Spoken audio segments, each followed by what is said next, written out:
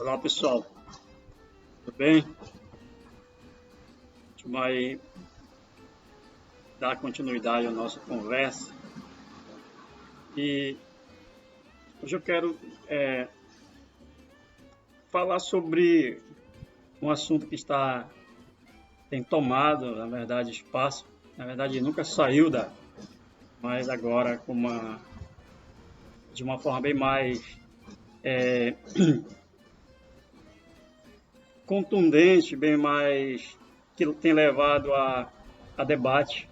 E isso é bom, não é ruim, porque quando a gente silencia e ignora determinadas situações, determinados assuntos, temas, parece que do jeito que está bom. E aí não nos interessa discutir, não nos interessa dar visibilidade. A questão a gente viu essa semana passada, a Magazine Luiza abrindo espaço, esse processo seletivo para trainee apenas para negros. E a gente viu aí uma enxurrada aí de críticas, né? Muito de apoio e muito de críticas. E houve os que disseram que a empresa saía praticando ou promovendo o racismo reverso. Uma coisa interessante aí para a gente pensar. Mas a ideia é que pela repercussão que teve, eu acho que a repercussão negativa ela foi muito mais clara, né? Muito mais abrangente. A gente tem que pensar como é que a sociedade ela resiste a determinadas situações que durante muito tempo foi considerada até normal.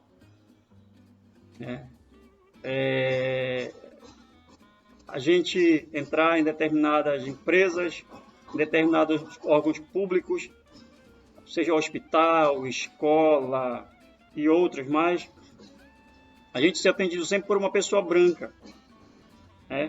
Uma pessoa que acabou, dentro desse processo que nós tivemos brasileiro, pela imposição do próprio processo de colonização branco. E o negro como o escravo, o negro como o subalterno, o negro como o outro, aquilo que o Stuart Hall chama, em que todos os discursos se voltam para ele, de todas as outras formas, menos daquele que pode dizer que ele é capaz, tanto quanto o branco, dentro de determinado espaço. E aí, trazendo para o espaço da minha área de atuação, e a literatura, a gente vai pensar esse negro com estereótipos também. A gente vai ver a literatura, se a gente for buscar as obras, romances e outros mais, que se escreveram até metade do século XX, do século passado, a gente vai perceber a figura do negro com um estereótipo colonial. Quase todos os romances onde o negro aparece, onde o negro é personagem, ele vai ser apontado com um perfil, um estereótipo que a colônia, que o colonizador, que o explorador construiu sobre o negro. Eu vou citar dois exemplos. A gente tem que pensar também o contexto daquela época.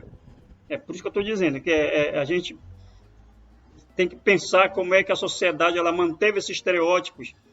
E nós, no século XXI, no fim da segunda década, nós estamos em 2020, a gente não mantém isso aí e protesta quando uma empresa percebe que no seu quadro de funcionários, 16% assumem cargos de liderança. embora 53, como a empresa diz, sejam negros e pardos. Né? E aí a gente vai ver na literatura, eu disse que eu ia citar 2 exemplos, os romances realistas e naturalistas, quando o negro aparece, ele vai aparecer com aquele perfil que a gente está acostumado ainda a perceber dentro das novelas. Nós temos um negro que é escravo, uma negra que tem todos os instintos sexuais animalescos, né?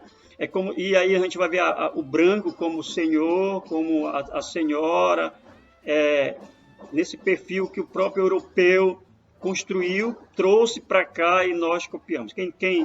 Quem leu, embora precise de leituras mais críticas, mas quem leu Gilberto Freire, por exemplo, no Casagrande Senzala, percebe isso.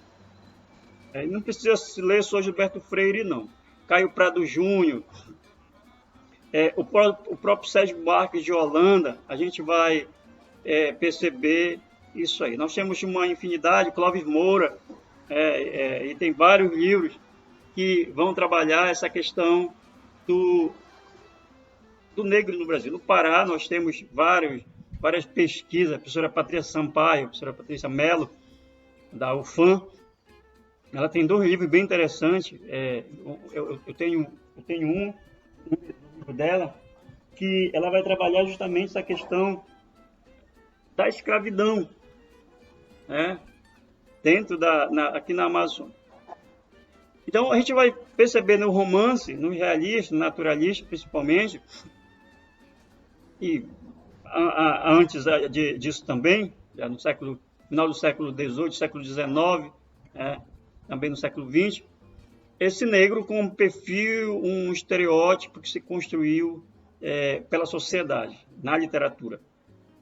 Então, nós temos a Luz de Azevedo, por exemplo, com os negros, a mulher, se ele não vive na favela, né?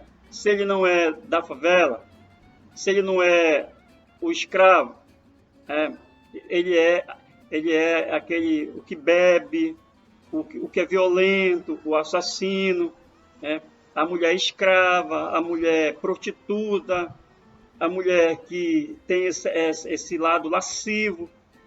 É esse o perfil que se dá para o negro na nossa literatura. A gente vai ver também, dentro da própria literatura, quando ele vai aparecer, e aí aproximado à questão indígena, mas principalmente do negro, esse negro como se ele fosse alguém abaixo do branco. Tu não vais ver negro dentro da literatura, principalmente até os romances que foram construídos, escritos até o século XIX e o século XX, o negro como alguém que tenha a ascensão social, uma posição de destaque na sociedade. O negro, ele sempre é alguém que destoa daquilo que é o branco. Então, para a gente ver como nós naturalizamos isso aí. E hoje, quando a gente já viu tantos comentários por aí, nesse tempo da internet, as coisas se tornam bem mais visíveis, bem mais públicas. A gente vai ver tantos comentários, por exemplo, a gente viu um tempo desse, um tal pastor, que não sei se eu posso chamar aquilo de pastor, dizendo que ele jamais iria andar num avião onde tivesse um negro como piloto. E tantos outros comentários que colocam o negro dentro, essa questão das cotas. O próprio pseudo-pastor, dizendo, o pastor Everaldo, dizendo que as cotas raciais,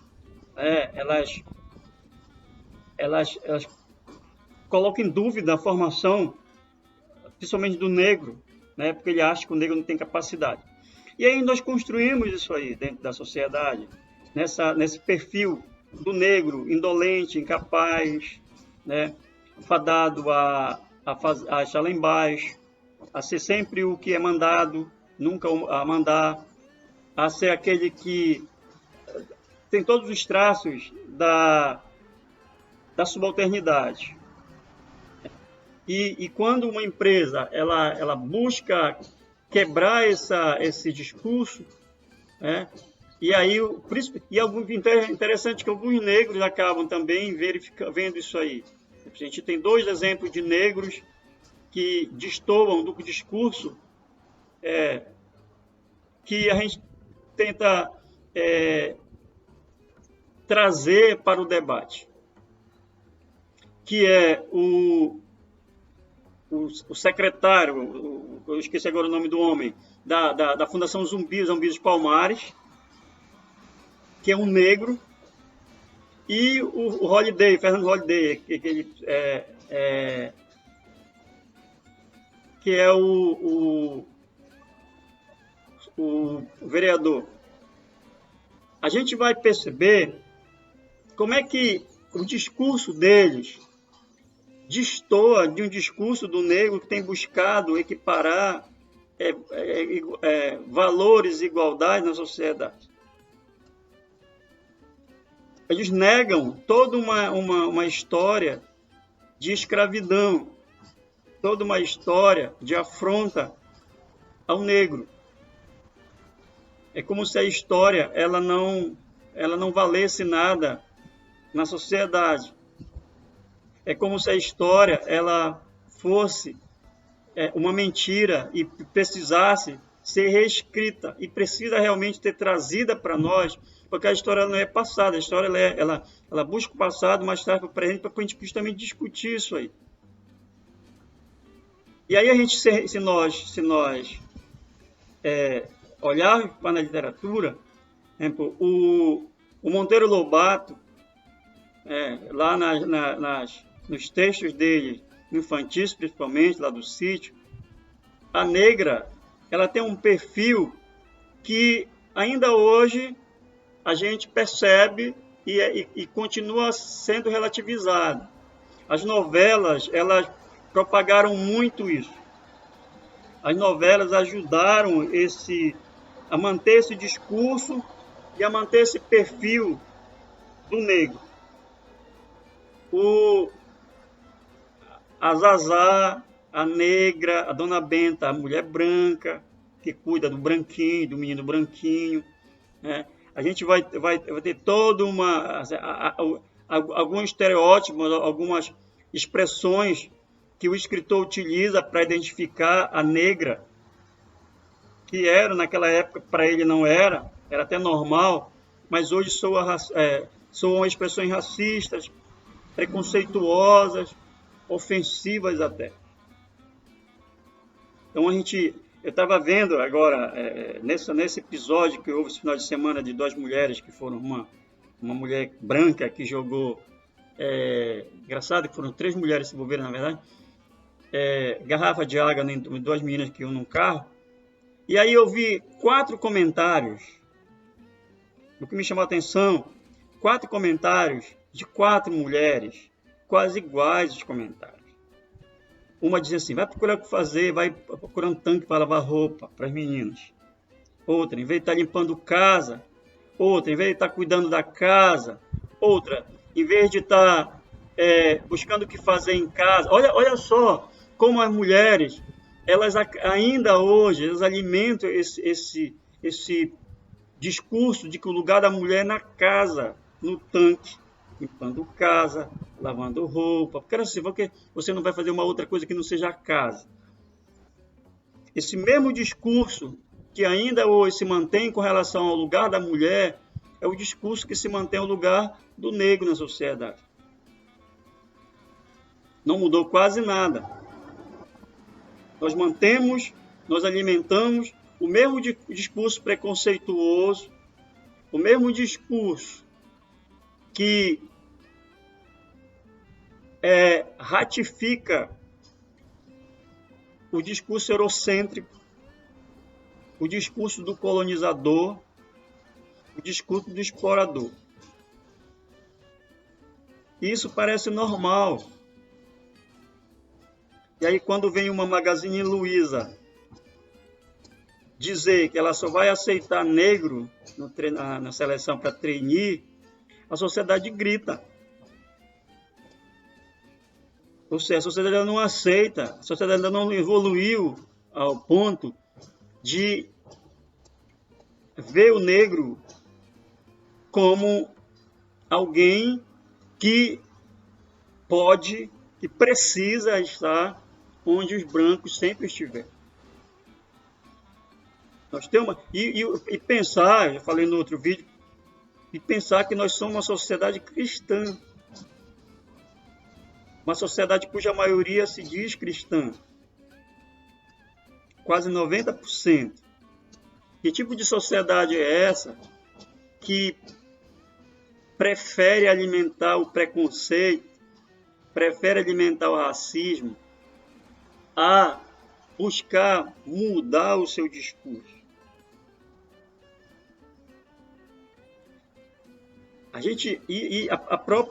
O próprio discurso religioso, a gente já viu o discurso de vários aí.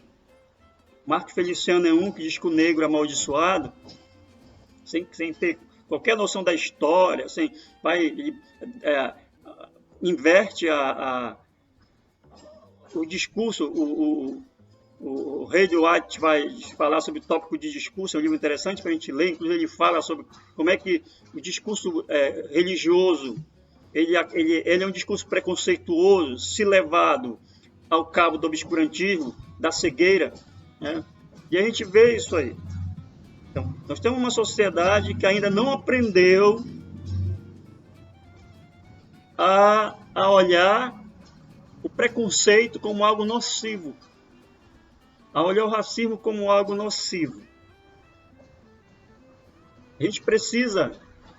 Nós precisamos, já que é difícil mudar o adulto, já que é difícil mudar essa geração que está envelhecendo, a gente precisa começar a mudar, a colocar, trazer para a escola, para o adolescente, para o jovem, para a criança, mostrar que isso não é. Quando eu estudei no interior, os livros que eu estudei, se eu tivesse mantido a minha ideia dos livros lá, eu era um preconceituoso de primeira. Porque os livros em que eu estudei, que eram levados para a escola, era justamente o livro em que trazia o negro como o subalterno, o escravo, o assassino, o bandido, que é isso que está. Quem é que morre mais no Brasil hoje, nas favelas? O negro.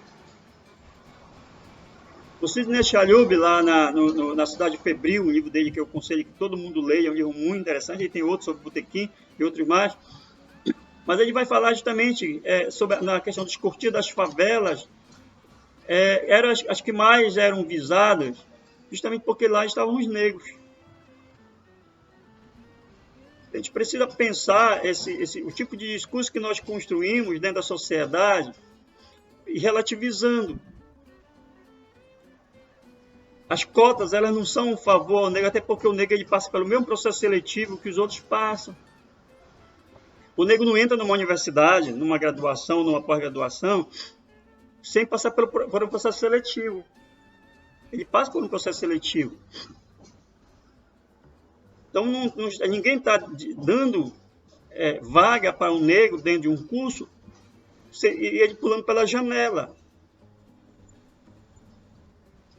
O próprio Estado, ele se omite a explicar para a sociedade o que são as cotas, como é que elas ocorrem, como é que as pessoas têm acesso a elas. Por que é preciso as cotas para o negro, para o índio, para o pardo? Eu nunca precisei de cota. Embora a minha pele seja branca, no meu registro eu estou como pardo. Mas não é porque eu não precisei. A minha vida toda foi na escola pública, das séries iniciais até a pós-graduação, até o doutorado. Sempre estudei em escola pública e sempre fui pela concorrência, fiz vestibular para entrar na universidade. Mas não é o fato de eu nunca ter precisado que eu não vou apoiar isso aí. Porque eu reconheço que nós precisamos rever todo um passado escravocrata, preconceituoso, racista que a sociedade brasileira construiu ainda até hoje, mantém. gente precisa rever isso aí. A gente precisa pensar em que sociedade nós vivemos e que sociedade nós queremos, a que sociedade nós queremos chegar no final deste século. Estamos no século XXI. A gente precisa pensar isso aí. E a ideia da Magazine Luiza, e não só ela, Bayer também, e outras empresas também, estão começando a fazer isso aí. Tomara que isso aí vire algo normal, não seja só nesse momento, mas que a partir de agora a gente vá... É difícil a gente entrar em uma loja e receber o gerente negro, principalmente banco. O Banco do Brasil, os bancos do Brasil, as agências onde eu entrei, não vi um negro em cargo de gerência. Não vi. Tem mulheres, muitas mulheres, mas não negras.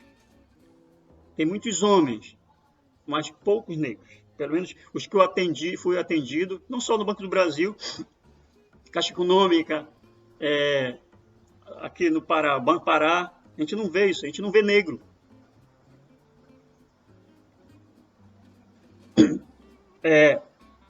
A gente precisa, não é facilitar, mas a gente precisa achar que fazer diferenciado. Mas a gente precisa refletir isso aí. Por que daqui a pouco os negros dentro desses espaços, dentro desses órgãos? A gente vai ao hospital também, são poucos negros. Quando eu estava em Manaus, eu precisei ir ao dentista, e aí eu acho que talvez tenha sido o primeiro consultório odontológico que eu fui, onde o dentista era um negro.